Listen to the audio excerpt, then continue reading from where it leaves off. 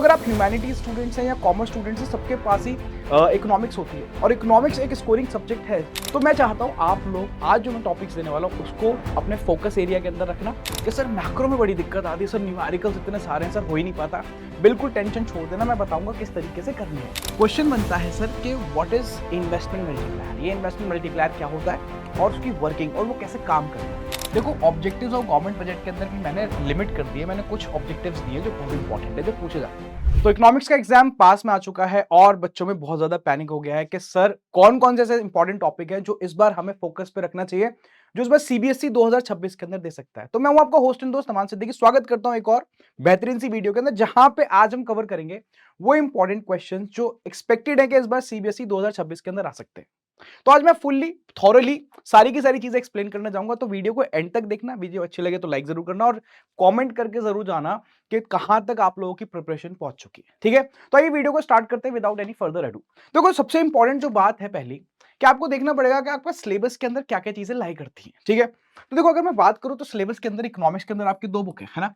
हमें पता है सबसे पहली बुक हमारी कौन सी है, सबसे पहली है मैक्रो। ठीक है, उसके बाद हमारे पास कौन सी आ जाती है, हमारे पास आ जाती है ID, Indian economic development. Macro economics की जब हम बात करते हैं तो हमें पता है वो 40 मार्क्स कंप्राइज करती है ना। ठीक है, और सिमिलरली इंडियन इकोनॉमिक डेवलपमेंट भी कितने मार्क्स कंप्राइज करती है, 40 मार्क्स कंप्राइज करती है। ठीक है, यहां तक कोई प्रॉब्लम की बात नहीं। अब इशू पता है कहां आता है, इशू आता है कि हम ये 40 मार्क्स मैक्रो से और 40 मार्क्स इंडियन इकोनॉमिक डेवलपमेंट से कैसे कैप्चर करें कि एक नंबर भी हमारा नहीं छूटना चाहिए बेटा। अगर एक नंबर भी हम छोड़ के आ रहे हैं तो बेटा बहुत ही दिक्कत की बात है, क्योंकि इकोनॉमिक्स एक बहुत ज्यादा स्कोरिंग सब्जेक्ट है। तो अगर आप ह्यूमैनिटी स्टूडेंट्स हैं या कॉमर्स स्टूडेंट्स हैं, सबके पास ही इकोनॉमिक्स होती है और इकोनॉमिक्स एक स्कोरिंग सब्जेक्ट है। अच्छा, वो CUT in future CUT examination भी, वहां पे भी इकोनॉमिक्स काफी ज्यादा स्कोरिंग है। तो मैं चाहता हूं आप लोग आज जो मैं टॉपिक्स देने वाला हूं उसको अपने फोकस एरिया के अंदर रखना। ठीक है, अच्छे से पढ़ना बहुत बढ़िया तरीके से। ठीक है, फिर देखना आप कहीं ना कहीं इस बार बहुत अच्छा स्कोर करते दिखाई दो। ठीक है, तो देखो हम क्या करते हैं, हम चैप्टर वाइज चलते हैं। पहले मैक्रो उठा लेते हैं, फिर इंडियन इकोनॉमिक डेवलपमेंट, और इसको थॉरली समझते हैं बातों को। और सबसे पहले हम किसको स्टार्ट है, सबसे पहले बेटा हम मैक्रो इकोनॉमिक्स को उठाते हैं। ठीक, अब जितने हमारे ह्यूमैनिटी स्टूडेंट्स हैं उनका बहुत ज्यादा पेन पॉइंट रहता है कि सर मैक्रो में बड़ी दिक्कत आती है, सर न्यूमेरिकल्स इतने सारे हैं, सर हो ही नहीं पाता। बिल्कुल टेंशन छोड़ देना, मैं बताऊंगा किस तरीके से करने हैं। ठीक है, जितने ही मेरे सेशन है उन लोग उसको तुम देखते रहो अच्छे तरीके से, वो भी समझ में आ जाएंगे, बट कवर क्या क्या करना है उसके अंदर आज मैं बताने जा रहा हूं। तो सबसे पहले हम बात करते हैं नेशनल इनकम की। अब देखो, नेशनल इनकम जो है वो हमारा बहुत ही इंपॉर्टेंट चैप्टर है। इसका रीजन पता है क्या है, ये 10 नंबर कंप्राइज करता है, कितने, 10 मार्क्स। अब 40 में से 10 नंबर कम तो होते नहीं है, तो हमें 10 नंबर किस तरीके से कैप्चर करने में वो बताता हूं, इधर आओ। देखो, सबसे पहले इस बार जो न्यूमेरिकल एक्सपेक्टेड है that is value added method का। आपको वैल्यू एडेड मेथड के न्यूमेरिकल्स बिल्कुल भी नहीं छोड़ के जाने। ठीक है, करेक्ट है बात। सर ऐसा क्यों बोल रहे हो, इसलिए बोल रहा हूं क्योंकि सीबीएसई की अगर मैं बात करूं तो सीबीएसई सैंपल पेपर, ठीक है, 2000 जो 25-26 है आपका, उसके अंदर भी वैल्यू एडिट का एक न्यूमेरिकल दे रखा है आप लोगों को, जो आपको कंप्लीट करना है। भी दिखाता भी, चलो मैं दिखा देता हूं। देखो ये रहा, अगर आप क्वेश्चन नंबर 11 देखोगे इस बार सीबीएसई के सैंपल पेपर में, तो 3 नंबर का आपको वैल्यू एडिट दिखाई देगा, और ऊपर से इस बार मल्टी फर्म्स दिखाई दे रहा है क्वेश्चन, जहां पे हमें फर्म ए और फर्म बी दे रखी होती है। तो बहुत ही सिंपल है, बहुत ही बेसिक है, कोई डिफिकल्टी नहीं है, तो बहुत स्कोरिंग है ये। समझ में आ गई बात, तो वैल्यू एडिट बिल्कुल मत छोड़ना। अच्छा, दोबारा से आते हैं, तो सर क्या हमें इनकम मेथड, एक्सपेंडिचर मेथड नहीं पढ़ना, वो भी पढ़ने हैं। ठीक है, बट मेन फोकस किस पे रखना है, वैल्यू एडिट पे। यहां तक क्लियर। उसके बाद आगे चलते हैं। सर उसके बाद हमें क्या पढ़ना है बेटा, हमें जीडीपी पढ़ना है। ठीक है, और उसकी लिमिटेशंस पढ़नी है as an index of welfare. ये बहुत ज्यादा इंपॉर्टेंट है, इस बात को ध्यान रख लेना। ठीक है, इस पे स्टार बना देता हूं। सर क्या रियल जीडीपी और नॉमिनल जीडीपी के बीच का डिफरेंस पढ़ना है, हाँ पढ़ना है, ये बात ध्यान रख लेना। और वो ये भी पूछता है कि बताओ दोनों में से बेस्ट मेजर कौन सा है, जहां पे हम प्रूफ करते हैं कि real GDP is the best measure for measuring the real economic growth of the country. ठीक है, तो जहां पे नॉमिनल जीडीपी की वैल्यू को करंट ईयर के प्राइस पे और रियल जीडीपी की वैल्यू को बेस ईयर के प्राइस पे मेजर करते हैं, इसी को हम क्या बोलते हैं, नॉमिनल और रियल जीडीपी। ध्यान रख लेना, और रियल जीडीपी बेस्ट मेजर होता है, इसको प्रूफ करते हैं with the help of an example. Done done done done, आगे चलो। सर उसके बाद एक क्वेश्चन आता है कि हमें स्टॉक और फ्लो के बीच का डिफरेंस बताना होता है। ठीक है, तो जहां पे हम स्टॉक और फ्लो के बीच का डिफरेंस बताएंगे, वो कभी कभार हमें आइटम्स दे देता है, जैसे पूछेगा बताओ सप्लाई ऑफ मनी स्टॉक है या फ्लो है, बताओ एग्रीगेट डिमांड, ठीक है, स्टॉक है या फ्लो है, बताओ जीडीपी स्टॉक है या फ्लो है, बीओपी स्टॉक है या फ्लो है। इस तरीके से क्लासिफिकेशन भी वो हमें दे सकता है। ठीक है, और एक question problem of double counting, और कौन कौन से ऐसे मेथड्स हैं जिसके थ्रू हम उसको सॉल्व कर सकते हैं, उस प्रॉब्लम ऑफ डबल काउंटिंग को। ठीक है सर, सर क्या प्रिकॉशंस पूछी जा सकती है? बेटा प्रिकॉशंस पूछी जा सकती है, बट प्रिकॉशंस आपसे एमसीक्यूज में इस बार पूछी जा सकती है, ये बात ध्यान रख लेना, ठीक है? तो इस तरीके से इस बार आपको 10 नंबर अपने कैप्चर करने को मिलेंगे बहुत आसानी से, ठीक है? ठीक है, यहां तक ये बात समझ में आ गई, क्लियर है? तो मैंने आपको दिखा भी दिया कि सीबीएसई ने इस बार सैंपल पेपर के अंदर भी क्या दिया हुआ है, ठीक है, वैल्यू एडेड मेथड। आगे चल रहा हूं मैं, अब आते हैं मनी एंड बैंकिंग पे। देखो मनी एंड बैंकिंग की जब हम बात करते हैं तो मनी एंड बैंकिंग 6 मार्क्स का चैप्टर है, ठीक है, 6 नंबर का, ठीक है सर। सर ये 6 नंबर हमें कैसे कैप्चर करने, कौन-कौन से इंपॉर्टेंट क्वेश्चंस हैं जो यहां से बन सकते हैं? आओ मैं जरा समझाता हूं। सबसे पहले पूरे चैप्टर को 2 पार्ट में डिवाइड कर लेना, ठीक है? एक तो हमारे सामने क्या हो जाएगा, एक हो जाएगा मनी और दूसरा बेटा क्या हो जाएगा, बैंकिंग। करेक्ट है? यहां तक कोई प्रॉब्लम की बात तो नहीं। अब सर जब हम मनी की बात करते हैं तो उसके अंदर 2 टॉपिक बहुत इंपॉर्टेंट बनते हैं। Sir primary functions of money, ठीक है, जहां पे हम मीडियम ऑफ एक्सचेंज और मेजर ऑफ वैल्यू करते हैं, तो प्राइमरी फंक्शंस ऑफ मनी। और उसके बाद क्वेश्चन बनता है कि what is supply of money? Sir supply of money क्या होती है और उसके कंपोनेंट्स क्या होते हैं? अब कंपोनेंट्स में ध्यान रख लेना, मैंने हर बार बताया कंपोनेंट्स में आप चारों पढ़ के जाना, बट मेजरली हमारे सिलेबस में क्या पूछा जाता है, M1। क्या पूछा जाता है, M1। तो सर क्या इस बार सीबीएसई ने भी दिया हुआ है? आओ दिया हुआ है, दिखाता हूं। देखो सीबीएसई ने इसके ऊपर न्यूमेरिकल दिया हुआ है। क्या दिया हुआ है, जरा जल्दी से बताओ। इस बार सीबीएसई ने इसके ऊपर न्यूमेरिकल दिया हुआ है, ठीक। भले ही आपको दिख रहा है 1 नंबर में आया, बट हमारे लिए तो एक एक नंबर इंपॉर्टेंट है ना यार। हमारा तो टारगेट ही क्या है, हमारा तो टारगेट है सर हमें 80 में से 80 लाने। अरे तो एक एक नंबर हमारे लिए इंपॉर्टेंट है। हम ये तो सोचेंगे नहीं कि आगे 1 नंबर दे रखा है, 3 नंबर दे रखे हैं, 4 या 6 क्वेश्चन है तो क्वेश्चन है हमारे लिए वो। समझ में आ गई बात? हमें आना चाहिए पूरा पेपर। तो इस तरीके से, ठीक है, जैसे M1 हम कैसे कैलकुलेट करते हैं हमें पता है sir, CC plus DD plus OD, है ना? तो यही फॉर्मूला लगेंगे और इसके थ्रू आप क्या कैलकुलेट करोगे, सप्लाई ऑफ मनी। इतनी बात समझ में आ गई M1। तो इस तरीके के क्वेश्चन भी आपसे पूछे जाएंगे, ठीक है सर। फिर हम किस पे आते हैं बेटा, हम बैंकिंग पे आते हैं। अब देखो बैंकिंग की अगर हम बात करते हैं तो पूरा बैंकिंग 2 पार्ट में डिवाइडेड है, that is commercial bank and central bank, correct. अब मैं कॉमर्शियल बैंक की बात करूं तो कॉमर्शियल बैंक हमारे लिए प्रिसाइज फॉर्म में सीबीएसई ने दे रखा है, दैट इज हमारे सिलेबस में सिर्फ क्रेडिट क्रिएशन है और क्रेडिट क्रिएशन पेपर के अंदर पूछा जाता है, ठीक है। तो हमें क्या करना है, एक्सप्लेन द प्रोसेस ऑफ, इधर देखो, credit creation with the help of an example. अब सर एग्जांपल क्या है बेटा, एग्जांपल एक न्यूमेरिकल एग्जांपल होता है बेटा। क्या होता है, जरा जल्दी से बताओ। सर क्या हमें न्यूमेरिकल एग्जांपल के थ्रू समझाना पड़ेगा? बिल्कुल, तो इसको याद करना पड़ेगा। मैंने जितना भी पढ़ाया हुआ है, ठीक है, मैंने न्यूमेरिकल एग्जांपल के थ्रू ही कराई हुई है जनरली। जहां जहां पे पॉसिबल है कि जिस चीज को हम न्यूमेरिकली समझ सकते हैं, मैंने समझाया हूं अपने सेशंस के अंदर, देख लेना चाहे, ठीक है। हाँ सर, उसके बाद बहुत ही मेजर चीज आती है सर, क्या, सेंट्रल बैंक। इधर देखो, उसके बाद बहुत ही मेजर चीज आती है सेंट्रल बैंक, ठीक है। इंडिया के सेंट्रल बैंक को हम क्या बोलते हैं, reserve bank of India, RBI, है ना। तो यहां से स्टार्ट करते हैं उसको। Sir explain issuing currency function, बहुत ही इंपॉर्टेंट है सेंट्रल बैंक का। Sir lenders of last resort पूछा जाएगा। और सर क्या पूछा जाएगा हमसे, क्रेडिट कंट्रोल। ये देखो, अब इसी क्रेडिट कंट्रोल को मैं नीचे एक्सपेंड करा हुआ है। देखो जब भी हम बात करते हैं क्रेडिट कंट्रोल की, तो उसके अंदर वो मेजर्स आते हैं जो आरबीआई के पास मॉनेटरी पॉलिसी है वो उसको यूज करता है और इकोनॉमी के अंदर इन्फ्लेशन और डिफ्लेशन को कंट्रोल करता है। अरे पता है हम लोगों को सारी बातें, करेक्ट है। अब इसके अंदर सर कौन कौन से ऐसे मेजर्स हैं जो हमसे पूछे जा सकते हैं पेपर के अंदर, ठीक है, मैं बता देता हूं आपको, ठीक है। ये हम टिप्स पे कर सकते हैं सर। कौन कौन से, रेपो रेट। अब सर जब रेपो रेट पूछा जा रहा है तो क्या बैंक रेट भी पूछा जा सकता है? हाँ, एक लॉन्ग टर्म एक शॉर्ट टर्म है, ठीक है सर। सर क्या क्या हमसे बैंक रेट पूछा जा सकता है? हाँ मैंने बता दिया। सर मार्जिनल रिक्वायरमेंट पूछा जाता है।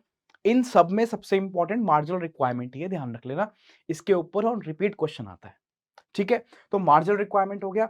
और एक चीज और दे रहा हूं मैं यहाँ पे, ओएमओ और कर लेना। ओएमओ पता है तुम लोगों को, नहीं पता? ठीक है, ओपन मार्केट ऑपरेशंस, ठीक है सर, क्लियर है। और सर बहुत टाइम से बच्चों में बहुत कंफ्यूजन रहती है कि sir what is the difference between repo rate and bank rate. तो मेरे को जो एक्सपेक्टेड है कि इस बार सीबीएसई ये क्वेश्चन पूछ सकता है कि डिफरेंशिएट करो बैंक रेट और रेपो रेट के बीच में, ठीक है। एक शॉर्ट टर्म एक लॉन्ग टर्म, एक के अंदर हम सिक्योरिटीज रखवाते हैं, ठीक है, ठीक है, और एक एज अ कोलेट्रल, और एक के अंदर कोलेट्रल नहीं रखवाते, ठीक है। समझ में आ गई बात? तो ये आपको पढ़ के जाना है। ये है पूरा मनी एंड बैंकिंग, जिसके थ्रू आप 6 नंबर कवर करोगे। आप बोलोगे सर 6 नंबर के लिए इतना सारा पढ़ना पड़ेगा? पढ़ना तो पड़ेगा, मेहनत तो करनी पड़ेगी। बिना मेहनत के बेटा नंबर नहीं आते, ठीक है, करेक्ट है। अब दूसरी बात, आगे चलते हैं सर। उसके बाद चैप्टर आता है इनकम डिटर्मिनेशन। ये है सबसे खतरनाक चैप्टर, ठीक है। इसको मैंने बहुत प्रिसाइज फॉर्म में बहुत एक्यूरेसी से रखा है यहाँ पे। सर कैसे, देखो ये 12 नंबर का चैप्टर बनता है। अब देखो 40 में से 12 नंबर इसके पास है, तो चैप्टर अपने आप में ही बहुत ज्यादा इंपॉर्टेंट चैप्टर हो जाता है, करेक्ट है। अब सर ये इंपॉर्टेंट चैप्टर है तो इसके अंदर आएगा क्या क्या।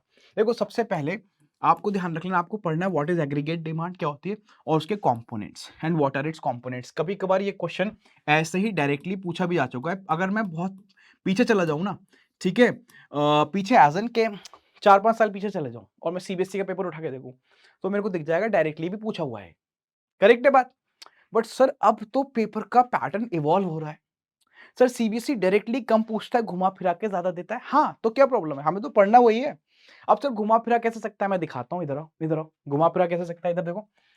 ये भी जितने भी मैंने स्क्रीनशॉट्स लगाए हैं, ये इस बार सीबीएसई के सैंपल पेपर में से लेके आया हूं, ताकि आप लोगों को थोड़ा सा यकीन हो, ठीक है, कि सर जो बता रहे हैं वो सारी बातें टेंजिबल हैं। कैसे? सर देखो क्या लिखा है, under expenditure method. Sir expenditure method तो नेशनल इनकम में होता है, ये सेम टॉपिक दो जगह रिपीट होता है, ये नेशनल इनकम में भी है, ठीक है, और ये आपका इनकम डिटर्मिनेशन में भी है। बोलो ऐसी बात है या नहीं है? अरे बोल दो। हाँ सर, ठीक है, इनकम डिटर्मिनेशन में भी है, तो ये नेशनल इनकम में भी आता है, इनकम डिटर्मिनेशन में भी आता है, ठीक है। अब इधर so sir under expenditure method, sir the value of GDP, GDP की जो वैल्यू है can be estimated by adding the final expenditures incurred by all the sectors. Sir all the sectors के अंदर जो एक्सपेंडिचर होते हैं दैट इज, इधर देखो एग्रीगेट डिमांड ऐसे तो निकालते हैं sir, C plus sir I plus G sir plus X minus M. हाँ जी, तो वो ये तो पूछ रहा है इसमें से दो एक्सप्लेन कर दो ना कोई। और आपके सिलेबस के अंदर तो कितनी सॉर्टेड है चीजें कि सर हमारे सिलेबस में तो 2 सेक्टर है, तो ये सी प्लस आई एक्सप्लेन कर दो ना यार, ठीक है, एडी इज इक्वल्स टू सी और आई एक्सप्लेन कर दो, बात ही खत्म हो गई। तो इस तरीके से पूछ सकता है। अब सर ये कॉम्पोनेंट्स ही तो हैं, ठीक है, C I G X minus M, these all are the components, nothing else. तो सर क्या ऐसे क्वेश्चन पूछा सकता है? देख लो भाई, आपके सामने आपकी स्क्रीन पे है, मैं जो बता रहा हूं उसको पत्थर की लकीर मान लो और उस पे काम करना कर दो स्टार्ट, ठीक है। फिर पेपर के बाद बात करेंगे कि वो चीज आई या नहीं आई, क्योंकि मैंने जितना भी ये क्वेश्चंस दिए हैं आपको, ये इस तरीके से फॉर्मुलेट करे हैं, ये कहीं ना कहीं टॉपिक्स को कवर करके ले जाएंगे, ठीक है। आओ आगे चलते हैं। सर उसके बाद सर बेटा डेरिवेशन। अच्छा ये डेरिवेशन क्या होती है सर, क्या हमें मैथ्स भी पढ़नी पड़ेगी? अरे इतना घबराया मत करो। डेरिवेशन बहुत ही सिंपल है कि हमें डिराइव करना है या तो कंजम्पशन से सेविंग फंक्शन या सेविंग से कंजम्पशन फंक्शन, ये हमारे सिलेबस के अंदर आता है। और इस टॉपिक को मैं बहुत हाई अलर्ट पे डाल रहा हूँ। हाई अलर्ट का मतलब समझते हो? हाई अलर्ट का मतलब बेटा अलार्मिंग, के पेपर में आने के पूर्ण आसार। हाँ जी सर। उसके बाद इन्वेस्टमेंट्स के टाइप, सर ऑटोनॉमस और एकोमोडेटिंग, ठीक है, और सॉरी ऑटोनॉमस और इंड्यूस्ड इन्वेस्टमेंट्स, ये दो टाइप की इन्वेस्टमेंट्स हैं, एक इनकम पे डिपेंड करती है, एक नहीं करती। सर ऑटोनॉमस नहीं करेगी, इंड्यूस्ड करेगी, ठीक है, इसके बीच का difference. Sir ex ante savings and ex ante investments, ठीक है, यानी सेविंग्स एंड इन्वेस्टमेंट्स अप्रोच, बिल्कुल। अब जब मैंने सेविंग्स एंड इन्वेस्टमेंट्स अप्रोच दे दी पढ़ने के लिए इक्विलिब्रियम की, दैट डजंट मीन कि आपको एडी एंड एएस अप्रोच नहीं करनी, ठीक। सर ज्यादा चांसेस किसके आने के, इंपॉर्टेंट क्वेश्चन क्या है, important question savings and investments approach, ठीक है। अच्छा सर, सर क्वेश्चन बनता है सर कि व्हाट इज इन्वेस्टमेंट मल्टीप्लायर, ये इन्वेस्टमेंट मल्टीप्लायर क्या होता है और उसकी वर्किंग और वो कैसे काम करता है। ये क्वेश्चन पता नहीं कितनी बार, ठीक है, मैं पढ़ा रहा हूं। वैसे देखो अगर ऑफिशियली देखो तो 2014 से पढ़ा रहा हूं, अनऑफिशियली देखो तो मैं 2011 से पढ़ा रहा हूं। मैंने इतने सारे पेपर देख लिए हैं सीबीएसई के, आप मान के चलना, ठीक है, अगर आप 2011 से उठाओ ये बहुत बार आ चुका है, ठीक है सर, वर्किंग इनडायरेक्टली इनडायरेक्टली। तो सर क्या इस बार भी दे रखी है? ये देख लो क्वेश्चन नंबर 16, ठीक है, सीबीएसई सैंपल पेपर के अंदर पूरा टेबल बना के दे रखा है, बस कुछ नहीं करना। बहुत जगह पहले पता है क्या होता था, एक टाइम था जब हमें ये पूरा बनाना पड़ता था। अरे अब तो सीबीएसई बना के दे रहा है ये, और आपसे सिर्फ वैल्यूज पूछ रहा है 1 और 2 की। क्या आपको फाइंड करना है बेटा? आपको 1 फाइंड करना है, 2 फाइंड करना है। समझ में आ गई बात? तो ये वर्किंग ऑफ इन्वेस्टमेंट मल्टीप्लायर आपके पेपर में है, ठीक है, कौन से? सीबीएसई के सैंपल पेपर के अंदर, करेक्ट। तो सर ये तो आएगी, ठीक है सर। और सर पीछे मैंने कवर कर दिया, मार्जिनल रिक्वायरमेंट पढ़नी है, ठीक है सर, बैंक रेट पढ़ना है सर, सीआरआर, एसएलआर, ठीक है सर, ये कैसे एक्सेस डिमांड को करेक्ट करते हैं। अब एक्सेस डिमांड पढ़ रहे हो तो डेफिशिएंट डिमांड भी पढ़ना है और इनके डायग्राम्स। समझ में आ गई बात? क्लियर यहां तक? आगे चलूं? ठीक है सर। सर क्या ये जो आपने मॉनेटरी पॉलिसी दी है, या इनको बोलते हैं हम यहाँ पे मेजर्स, क्या बोलते हैं जरा जल्दी से बताओ? हम इनको बोलते हैं measures to correct, measures to correct, क्या correct? Sir, measures to correct the excess demand and deficient demand, the problem of excess demand and the problem of deficient demand. Sir दिए हुए हैं, ये नहीं रहे, देखो ये सर कार्टून पेज दे रखा है, कार्टून मतलब इमेज बेस्ड। सर ये रही सेंट्रल बैंक, सेंट्रल बैंक क्या कर रही है बेटा, bank rate, open market operation, repo rate use कर रही है to control the inflation, to control the inflation. मैंने क्या दिया हुआ है, एक्सेस डिमांड क्या होती है, एक्सेस डिमांड इन्फ्लेशन होती है। ये लो भाई, ये लो, समझ रहे हो बात को, ये सारी चीजें कर लेना, इनसे बाहर तो फंसने वाला है नहीं। देखो अब फंस गया तो मैंने दिया इस तरीके से कि आप साइड वाइड का भी पढ़ के जाओगे, ठीक है। बट मेरे हंचेस, मेरा एक्सपीरियंस ये बोलता है कि जितने भी क्वेश्चंस मैं दे रहा हूं पेपर इसके अराउंड ही रिवॉल्व होना चाहिए, ठीक है। हाँ जी आगे चलते सर, क्लियर है सर यहां तक बात। उसके बाद आता है सर गवर्नमेंट बजट मैक्रो के अंदर। सर गवर्नमेंट बजट 6 नंबर का, वीडियो को पूरी एंड तक देखना। ये वो वीडियो नहीं है जो मैं आपका टाइम वेस्ट कर रहा हूँ इधर उधर, ये वो वीडियो जहां पे आपको कंटेंट मिल रहा है। और मेरी वीडियो जब भी आएंगे आपको कंटेंट मिलेगा, ये बात ध्यान रख लेना, इधर उधर की बातें मैं करूंगा ही नहीं, सीधा कंटेंट, बात खत्म। क्योंकि मेरे लिए इंपॉर्टेंट क्या, आपका टाइम, आपका टाइम बचाना, आपका टाइम बचा रहा हूं, कम टाइम में ज्यादा कंटेंट देके जा रहा हूं, बस मेरा काम हो गया, ठीक है। सुनो मेरी बात, अब बात करते हैं सर गवर्नमेंट बजट की। सर गवर्नमेंट बजट 6 नंबर का आता है, बिल्कुल। सर क्या क्या आ सकता है, सर 6 नंबर में इतना सारा पढ़ना पड़ेगा। देखो देखने में हो सकता है थोड़ा ज्यादा लग रहा है बट ज्यादा है नहीं, मैं बताता हूँ कैसे। सर गवर्नमेंट के बजट के जो ऑब्जेक्टिव्स होते हैं वो पढ़ने पड़ेंगे। हाँ जी बेटा, देखो ऑब्जेक्टिव्स ऑफ गवर्नमेंट बजट के अंदर भी मैंने लिमिट कर दी है, मैंने कुछ ऑब्जेक्टिव्स दिए हैं जो बहुत इंपॉर्टेंट है, जो पूछे जाते हैं। Economic stability, economic growth, sir redistribution of income, ठीक है, ये ऑब्जेक्टिव्स आपको पढ़ने हैं, ठीक है सर। सर डायरेक्ट टैक्सेस और इनडायरेक्ट टैक्सेस के बीच का डिफरेंस करना है, हाँ जी करना है, ठीक है। अब मैं ऐसा क्यों बोल रहा हूँ, जो जनरली आपको क्वेश्चन नंबर 17 दिखाई देगा, यानी मैक्रो का एंड वाला क्वेश्चन, मैक्रो का देखो टोटल नंबर ऑफ क्वेश्चन कितने आते हैं 34, ठीक है। तो मैक्रो का एंड वाला क्वेश्चन कौन सा बना, मैक्रो का एंड वाला बना 17। आपको 17 क्वेश्चन पेपर के अंदर केस स्टडी दिखाई देगा, ठीक है। आप भी बोलोगे सर ने क्या एनालिसिस करा है, ठीक है, केस स्टडी दिखाई देगा। और केस स्टडी जब दिखाई दे तो समझ के चलना गवर्नमेंट बजट से ही हो सकता है आई हो, बाकी किस्मत खराब है तो कहीं से भी आ सकती है, बट किस्मत अच्छी है तो गारंटी दे रहा हूं वो गवर्नमेंट बजट से आएगी, ठीक है, ध्यान रख लेना। और गवर्नमेंट बजट से जब आएगी तो इस तरीके से आपको क्वेश्चन नंबर 17 दिखाई देगा। ऊपर सर पूरा क्या दे रखा होगा, ऊपर बहुत बड़ा केस दे रखा होगा।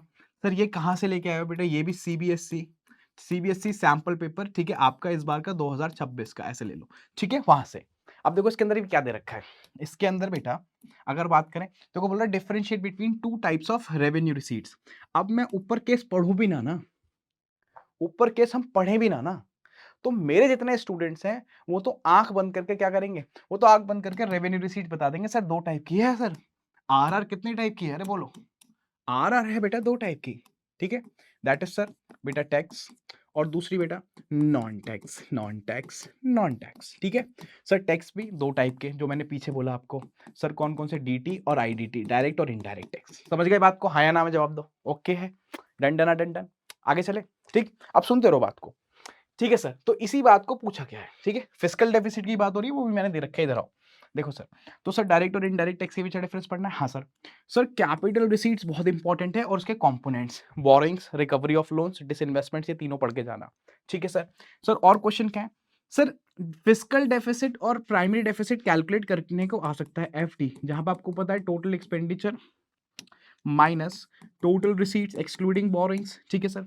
और सर प्राइमरी डेफिसिट कैसे निकालते हैं, फिस्कल डेफिसिट में जो ऊपर से निकाला है कि उसमें से क्या माइनस कर दो, इंटरेस्ट पेमेंट, पता है ना तुम लोगों को, नहीं पता, ये दोनों रट लेना, याद कर लेना, समझ में आ गई बात, ठीक है सर। एक क्वेश्चन और बताओ, थोड़ा सा टेक्निकल क्वेश्चन देखो बन सकता है, अभी तक तो पूछा नहीं गया है, मैंने सैंपल पेपर्स में ही देखा है, ठीक है। वैसे तो सीबीएसई ने पूछा नहीं, वो पूछ सकता है अगर प्राइमरी डेफिसिट 0 होता है then what does it signifies. अगर prime PD is equal to 0, ये पीडी अगर क्या आ रहा है, पीडी अगर 0 आ रहा है तो ये क्या सिग्निफाई करेगा, इस टाइप के क्वेश्चन भी आपसे पूछे जा सकते हैं। तो मैं चाहता हूं तुम लोगों का एक काम है, ठीक है, एक होमवर्क है, इसका आंसर तुम इस वीडियो के कमेंट में लिखोगे और मैं एक एक बच्चे को गो थ्रू करूंगा कि तुम लोगों की तैयारी कहां तक पहुंच गई है। और जरूर लिखना कि पीडी अगर 0 है तो व्हाट डज इट सिग्निफाई, ठीक है। तो गवर्नमेंट बजट के अंदर ये सारा करना है आपको, आगे चलें, हाँ जी सर बिल्कुल। अब आगे चलते हैं, देखो ये वाला क्वेश्चन ना, देखो 6 नंबर में कंप्लीट है, 3 और 3 गवर्नमेंट बजट का एक ही क्वेश्चन है, ठीक है, 6 नंबर कंप्लीट। आगे चलते सर। सर लास्ट टॉपिक है मैक्रो का बैलेंस ऑफ पेमेंट, ठीक है भाई, done done done done. Sir balance of payment 2 part में डिवाइडेड है, foreign exchange rate and balance of payment. सबसे पहले फॉरेन एक्सचेंज रेट को निपटा देते हैं। सर इसके अंदर 3 एक्सचेंज रेट सिस्टम है, fixed, flexible and manage floating. पता होना चाहिए मैनेज फ्लोटिंग होता क्या है, बट फोकस हमारा किस पे है, हमारा फिक्स्ड पे और फ्लेक्सिबल पे। बहुत अच्छे से पहली मैंने बता दिया, ध्यान रख लेना दोनों के बीच का डिफरेंस, ठीक है सर। सर एक क्वेश्चन है कि what are the sources. Sir sources वो डिमांड के भी पूछेगा और सप्लाई के भी पूछेगा, मतलब हमारे देश के अंदर डॉलर क्यों आता है या हम डॉलर को क्यों डिमांड करते हैं, इसके सोर्सेज, ठीक है। अच्छा, और उसके बाद सर डेप्रिसिएशन क्या होता है और एप्रिसिएशन क्या होता है। मैंने डेप्रिसिएशन दिया क्योंकि जनरली 90% ऑफ द केसेस के अंदर डेप्रिसिएशन इज इंपॉर्टेंट, ठीक है सर। सर डेप्रिसिएशन का इंपैक्ट क्या होता है एक्सपोर्ट्स के ऊपर, ठीक है, हमारे देश के एक्सपोर्ट्स बढ़ जाते हैं सर। और बात करें अगर डिफरेंस बिटवीन डेप्रिसिएशन और डिवैल्यूएशन, ये भी आपको करके जाना है। बोलो भाई, यहां तक कर लोगे। This is the foreign exchange rate. अब मैं आता हूं किस पे, बैलेंस ऑफ पेमेंट पे। सर बैलेंस ऑफ पेमेंट की अगर हम बात करें, ठीक है सर, 3 क्वेश्चन दे रखे हैं और तीनों बस अच्छे से पढ़ लेना। क्या है 3 क्वेश्चन। पहली बात तो कि आपको करंट अकाउंट उसके कंपोनेंट पढ़ने हैं, ठीक है सर। सर कैपिटल अकाउंट, ठीक है, के अंदर आप कंपोनेंट जब पढ़ोगे तो एफडीआई और एफपीआई के बीच का डिफरेंस, ये सीबीएसई ने पहले भी पूछा हुआ है, ठीक है, ये बहुत इंपॉर्टेंट पीवाईक्यू है, ध्यान रख लेना, ठीक है सर। उसके बाद सर एक क्वेश्चन है ट्रांजैक्शंस का। Sir transactions of balance of payment, ठीक है सर। सर 2 टाइप की ट्रांजैक्शंस होती हैं, पता है तुम सब लोगों को, दैट इज ऑटोनॉमस, ठीक है, और दूसरी कौन सी होती है, एकोमोडेटिंग, ठीक है। बोलो भाई, है ना, ये क्वेश्चन बहुत इंपॉर्टेंट है, ठीक है सर। ऐसा क्यों बोल रहे हो, अभी दिखाता हूँ क्यों बोल रहा हूँ, ठीक है। मैं वैसे भी बताता हूँ कि ये क्वेश्चन इंपॉर्टेंट है, बट क्यों है मैं भी बताता हूँ, ठीक है। इधर आओ, क्वेश्चन नंबर 14 चेक करो। क्वेश्चन नंबर 14 सर कितने नंबर का है, 4 नंबर का। सर एक स्मॉल केस स्टडी दे रखी है, स्मॉल केस है, ठीक है, स्मॉल केस स्टडी, ठीक है सर।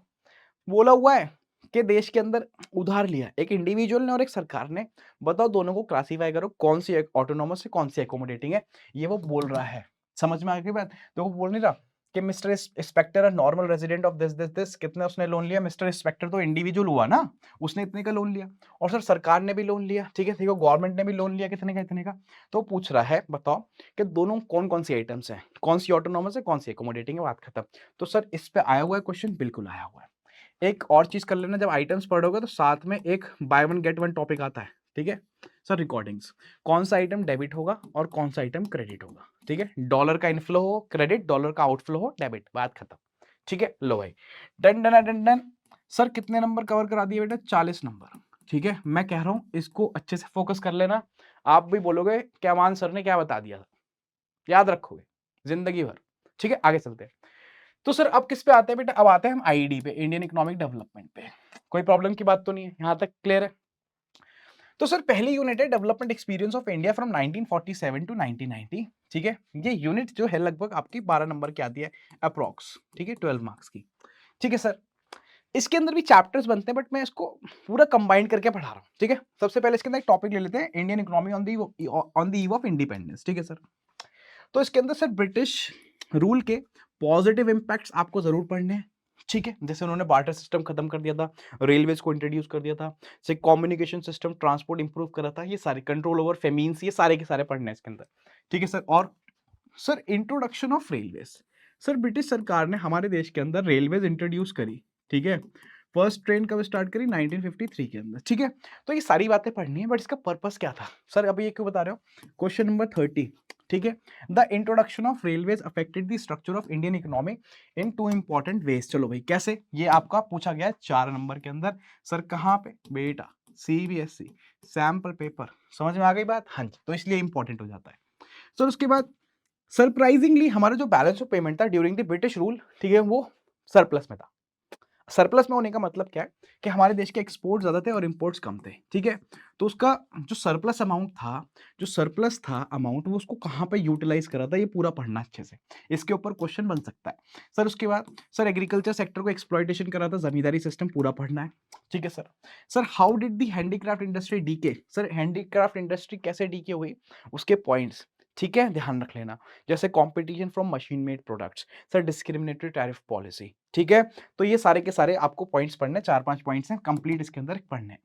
सबसे इंपॉर्टेंट इसके अंदर आता है demographic profile, birth rate, death rate, life expectancy, infant mortality rate, literacy rate, ठीक है, overall literacy rate, female literacy rate, सारा पढ़ना है इसके अंदर, ठीक है, क्लियर है। आगे चलते हैं सर। उसके बाद आता है अब डेवलपमेंट एक्सपीरियंस के अंदर ध्यान रख लेना, इकोनॉमिक प्लानिंग आती है तो उसके ऑब्जेक्टिव्स, 4 ऑब्जेक्टिव्स है, पढ़ लेना चारों के चारों। सर आईपीआर के अंदर बेटा आते हैं फीचर्स, उसके features. IPR, industrial policy resolution 1956, ठीक है। पहला फीचर है three fold classification of industries. उसी के अंदर जब क्लासिफिकेशन है तो आपको तीन कैटेगरी दे रखी है, स्केड्यूल्स दे रखे हैं, ठीक है।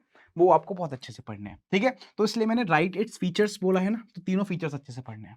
सर ये कार्वी कमेटी क्यों बनाई गई थी और कब बनाई गई थी, ठीक है, इसको बहुत अच्छे से पढ़ना है, ठीक है। And what was the reason, ठीक है, to impose the import substitution strategy. हमारी सरकार ने इंपोर्ट सब्स्टिट्यूशन स्ट्रेटजी क्यों फॉलो करी थी, उसका पर्पस क्या था। जैसे to save our foreign exchange reserve, to economize our foreign exchange reserve and to protect the domestic industries from the foreign competition। ये सारी बातें आपको करनी है इसके अंदर। अरे बोलो डंडन डंडन। हाँ जी सर। सर फिर आता है करंट चैलेंजेस, ठीक है। यूनिट का नाम क्या है, यूनिट का नाम है करंट करंट चैलेंजेस, ठीक है भाई। हाँ जी सर। सर करंट चैलेंजेस एक इंपॉर्टेंट यूनिट साबित होती है क्योंकि ये 20 नंबर की यूनिट है अपने आप में, ठीक है सर, बिल्कुल, बहुत ही बढ़िया बात। इसके अंदर 4 चैप्टर्स हैं। कितने चैप्टर्स है, 4। पहला है हमारा ह्यूमन कैपिटल फॉर्मेशन, दूसरा rural development, employment and employment और सस्टेनेबल डेवलपमेंट। तुम लोगों को पूरा सिलेबस ही पढ़ा दिया मैंने इतनी देर के अंदर, ठीक है। सर ह्यूमन कैपिटल फॉर्मेशन के अंदर तुम लोगों को क्या करना है, different sources of human capital formation. Sir what are the sources या व्हाट आर दी, वो ये भी पूछ सकता है डिटर्मिनेंट्स। अरे जो भी बोले, ठीक है, हमारे बच्चों को सब आता है, ठीक है। हाँ सर, डिटर्मिनेंट्स और सोर्सेस एक ही बात है। अरे expenditure over education, expenditure over health, migration, on the job training, expenditure over information, ये सारे लिखने हैं, ठीक है सर। और sir what are the problems कि लोग ह्यूमन कैपिटल क्यों नहीं बन पा रहे, ठीक है। ये दोनों क्वेश्चंस बहुत इंपॉर्टेंट है, very very very important questions. अरे बोलो हाँ जी sir, done done done done. उसके बाद आता है बेटा रूरल डेवलपमेंट, आरडी, जिसको मैं शॉर्ट में क्या बोलता हूँ, मैं बोलता हूँ आरडी। हाँ जी सर, बिल्कुल, सुनते रहना, समझते रहना। सर देखो, सबसे पहली बात, इसके अंदर आते हैं दो प्रॉब्लम्स। एक आती है प्रॉब्लम लिंगरिंग चैलेंजेस और इमर्जिंग चैलेंजेस। देखो जब भी हम बात करते हैं लिंगरिंग की, सुन लेना, इसमें यहाँ पे थोड़ा सा आराम से रुक गया हूं मैं, लिंगरिंग की। तो लिंगरिंग के अंदर दो चैलेंजेस, एक चैलेंज ऑफ रूरल क्रेडिट जो बहुत पुराने टाइम से चलता हुआ आ रहा है, एक चैलेंज ऑफ रूरल मार्केटिंग, ठीक है। ये समझ गए बात, हाँ जी सर। ये दोनों इंपॉर्टेंट है। अब इसके अंदर पढ़ना क्या है मैं बताता हूँ, क्या क्या पूछ चुका है सीबीएसई ऑलरेडी। सर क्रेडिट के अंदर तो भाई फार्मर्स को लोन की जरूरत क्यों है इंडिया में, क्यों लेते हैं वो लोन, क्योंकि most of the farming population in India are poor. Sir family needs पूरी करने के लिए, sir there is a gestation lag. Sir जब फसल बोते हैं और जब फसल काटते हैं एक टाइम गैप आ जाता है बीच के अंदर, करेक्ट है बात, हाँ। तो why do farmers in India require credit, ये बहुत इंपॉर्टेंट है, ठीक है sir. What are the sources of credit, sir दो टाइप के सोर्सेज है, इंस्टीट्यूशनल एंड नॉन इंस्टीट्यूशनल। दोनों पढ़ने हैं, अच्छे से पढ़ना है, बहुत ही बढ़िया तरीके से पढ़ना है, ठीक है। क्लियर है, ध्यान रख लेना। मैं उसके अंदर इंस्टीट्यूशनल के अंदर मैं सारे कवर कर रहा हूं मैं, whether it is RRB, whether it is land development banks, whether it is NABARD, ठीक है। लो मैं बता देता हूं, जब मैंने ये बोला है इंस्टीट्यूशनल पढ़ना है, दैट मीन सारे पढ़ने हैं, और इसके अंदर नाबार्ड पढ़ना है, ठीक है, national bank for agriculture and rural development. Clear है, ठीक, हाँ जी सर। सर उसके बाद व्हाट इज एग्रीकल्चर मार्केटिंग, ये तो बेटा क्वेश्चन पूछा गया है कि मार्केटिंग होती क्या है, स्टार्ट कहां से होती है, खत्म कहां पे होती है।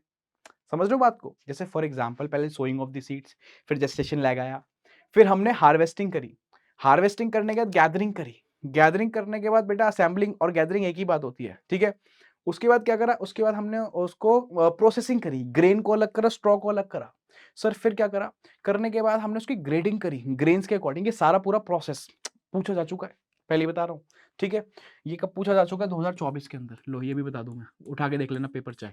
सर उसके बाद ऑर्गेनिक फार्मिंग बहुत इंपॉर्टेंट है। दिक्कत है ऑर्गेनिक फार्मिंग, बच्चे पढ़ तो लेते हैं सर, सर ग्रीन इनपुट्स को यूज करना खेती के टाइम ऑर्गेनिक फार्मिंग होती है, इतनी सिंपल सी बात है सर।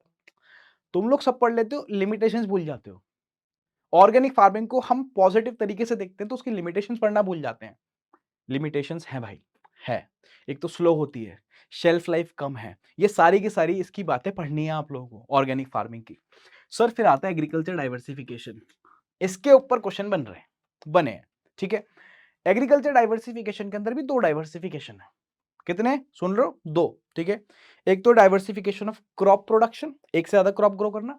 एक है डाइवर्सिफिकेशन ऑफ प्रोडक्शन एक्टिविटीज, एक से फार्मिंग के साथ साथ अदर एक्टिविटीज करना, non farming activities, dairy farming करना, पोल्ट्री फार्मिंग करना, ठीक है, हॉर्टिकल्चर करना, ये सारे के सारे, ठीक है, ये पढ़ने हैं। क्लियर है, पढ़ लोगे, आगे चलो। ठीक है सर। सर एम्प्लॉयमेंट अनएम्प्लॉयमेंट, देखो मैंने आप लोगों को बता रखा है, पहले भी मैंने बताया हुआ है कि मेरे को जो लग रहा है ना, यहाँ से एक टेबल दे सकते हैं बनाने को सर, टेबल सॉरी बना के देंगे टेबल, और उसके ऊपर क्वेश्चन पूछ लेंगे डेटा बेस्ड, डेटा गिवन है सर, डेटा क्या है गिवन, ठीक है, और उसके ऊपर नीचे क्वेश्चन पूछ लेंगे, वो कर लोगे तुम लोग, ठीक है।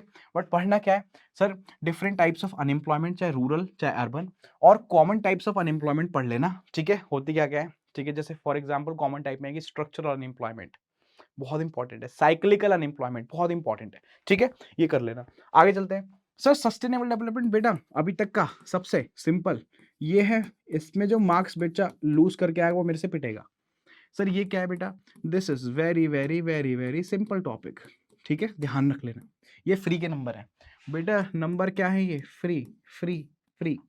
सर कैसे, वो पूछ रहा है एनवायरमेंट, उसके फंक्शन बताओ, बता नहीं सकते क्या सर, वो पूछ रहा है what are the different types of environmental crisis, दो टाइप की एनवायरमेंटल क्राइसिस होती हैं, लो इन सब में से सबसे इंपॉर्टेंट क्वेश्चन मेरे अकॉर्डिंग तो यही है भाई, ठीक है सर, हाँ जी सर। सर उसके बाद सस्टेनेबल डेवलपमेंट, और सस्टेनेबल डेवलपमेंट हम कैसे अचीव करेंगे, ठीक है, ये पूछा जा सकता है क्वेश्चन, लो भाई खत्म। अब मैं आ रहा हूँ आखिरी पड़ाव पे, आखिरी पड़ाव है हमारा comparative study of India with its neighbours. Sir neighbours के अंदर दो, दैट इज कौन है, चाइना पाकिस्तान, करेक्ट, हाँ जी सर। तो इसके अंदर मैं 3 टॉपिक दे रहा हूँ, ठीक है, 3 टॉपिक का मतलब नहीं सर छोटे छोटे टॉपिक है, सुन लो मेरी बात। Compare the economies on demographic parameters. Sir क्या हमें डेटा याद करना पड़ेगा, नहीं, यहां पे भी आपको टेबल बना के दे देगा, बट याद हो जाए डेटा तो मैं तो बोलूंगा बहुत अच्छी बात है, बहुत ही बढ़िया बात है अगर डेटा तुम लोगों को याद हो जाता है, ठीक है सर। सर डेमोग्राफिक पैरामीटर्स आपको टेबल बना के देगा जहां पे लाइफ एक्सपेक्टेंसी, ठीक है, बहुत सारी चीजें दिखाएगा और बोलेगा दोनों इकोनॉमी को कंपेयर करो, नीचे क्वेश्चन पूछ लेगा, ठीक है, तो यहां से भी डेटा बेस्ड क्वेश्चन आ सकता है। सर एक क्वेश्चन जो 2 बारी से आ रहा है सर, 2024 में आया, ठीक है, फिर 2025 में रिपीट हुआ, और इस बार 2026 में भी रिपीट हो सकता है, लिबर्टी इंडिकेटर्स क्या है और उसकी क्या रेलिवेंस है, ठीक है, ये वाला बहुत इंपॉर्टेंट है क्वेश्चन। ऐसे ही अगर बात करें चाइना से रिलेटेड आपको कुछ बातें पढ़ के जानी है, ठीक है सर, क्या, एक तो स्पेशल इकोनॉमिक जोन्स, ठीक है sir, sir greatly forward policy, sir great proletarian cultural revolution, and China की वन चाइल्ड पॉलिसी, ठीक है, ये मत भूलना, बहुत इंपॉर्टेंट टॉपिक्स हैं ये सारे के सारे, समझ गए बात को, है ना। तो एक बार लास्ट देख लो, मैंने सारी चीजें बता दी आप लोगों को बहुत अच्छे तरीके से, ठीक है। सबसे पहले हमने किस पे आए थे, ठीक है, और ऐसी स्माइल चाहिए पेपर के बाद, पेपर के बाद ऐसी स्माइल, ठीक है, हाँ सर। सर नेशनल इनकम करेक्ट है, ठीक है, मनी एंड बैंकिंग, ठीक, उसके बाद हमारा इनकम डिटर्मिनेशन मल्टीप्लायर कंप्लीट है, एक बार देख लो, बजट, ठीक है, उसके बाद balance of payment, foreign exchange rate, और ये रहा बीओपी। फिर हम किस पे आए, फिर हम आए सीधे इंडियन इकोनॉमिक डेवलपमेंट पे, ठीक है, that is on the eve of independence, ठीक, इकोनॉमिक प्लानिंग, ठीक, और इकोनॉमिक प्लानिंग के अंदर भी हमने सारी चीजें ले ली, इंडस्ट्रीज भी ले ली है, ठीक है, और एक चीज और ऐड कर लो, मैंने यहाँ पे डाली नहीं थी क्योंकि हो सकता है ज्यादा हो जाता, यहाँ पे ग्रीन रेवोल्यूशन और पढ़ लेना यार, ठीक है, हाँ ग्रीन रेवोल्यूशन, वैसे मेरे को लगता तो नहीं है, ठीक है, ऐसे ही अगर आप मेरे से बोलो तो मैं रूरल डेवलपमेंट के अंदर यहाँ पे आपको ऑपरेशन फ्लड भी दे सकता हूँ, ठीक है, बट कुछ नहीं, इसकी इनकी डेट्स याद कर लो, और जैसे who is the father of white revolution, ठीक है, डॉक्टर वर्गीस कुरियन, ये सब कुछ फैक्ट्स हैं, वो तो याद करने पड़ेंगे, तो ऑपरेशन फ्लड या आप उसको क्या बोल सकते हो, ठीक है, व्हाइट रेवोल्यूशन। चलो भाई ये सारी चीजें देख लेना, तो मेरे अकॉर्डिंग मैंने तुम्हें सारी चीजें बता दी हैं, अब तुम्हारे हाथ में है, ठीक है, अब बाजी तुम लोगों के हाथ में है कि तुम लोग कैसा परफॉर्म करते हो, मेरे को तुम लोगों से बहुत उम्मीद है, अपने से तो है कि मैं अच्छा पढ़ा रहा हूँ, सारी चीजें कर रहा हूँ, बट तुम लोगों से मेरे को बहुत अच्छी उम्मीदें हैं कि इस बार तुम एग्जाम में फोड़ के आओगे, और जब तुम फोड़ के आओगे ना तो पार्टी करेंगे, चिल करेंगे साथ में मिलके, ठीक है, बट उसके लिए पहले अच्छा परफॉर्म करना पड़ेगा। कब अच्छा लगता है पार्टी वार्टी करना, अरे जब हमने अपना काम अच्छे से कर दिया उसके बाद चिल करने में मजा आता है। मैं कब चिल करता हूँ, तुम्हारी क्लास वगैरह सारी की सारी चीज लेने के उसके बाद चिल करता हूँ, क्लास लेने से पहले थोड़ी चिल करूंगा। तो अच्छा परफॉर्म करके आओ, अपने पेरेंट्स का नाम रोशन करो, हमारा नाम रोशन करो, और फिर खुश रहो, ठीक है। तो मिलेंगे एक और वीडियो के अंदर धमाकेदार तरीके से, टिल देन ध्यान रखो अपना, ठीक है, और अच्छे से पढ़ाई करो। मैं हूं आपका होस्ट दोस्त अमान सिद्दीकी, मिलेंगे एक और बेहतरीन सी वीडियो के अंदर, खुदा हाफिज।